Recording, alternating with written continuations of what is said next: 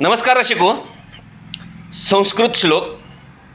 Shelley Shailen Manickam, Shelley Shailen Manickam, मौक्तिम न गजे गजे, साधवो नाही सर्वत्र, चंदन न वने वने. ज्या पद्धतीने प्रत्येक पर्वतावर बहुमल अशी रत्ने मिळतीलच अशी शक्यता नसते, प्रत्येक हत्तीच्या मस्तकावरती मोती मिळतीलच असं नाही.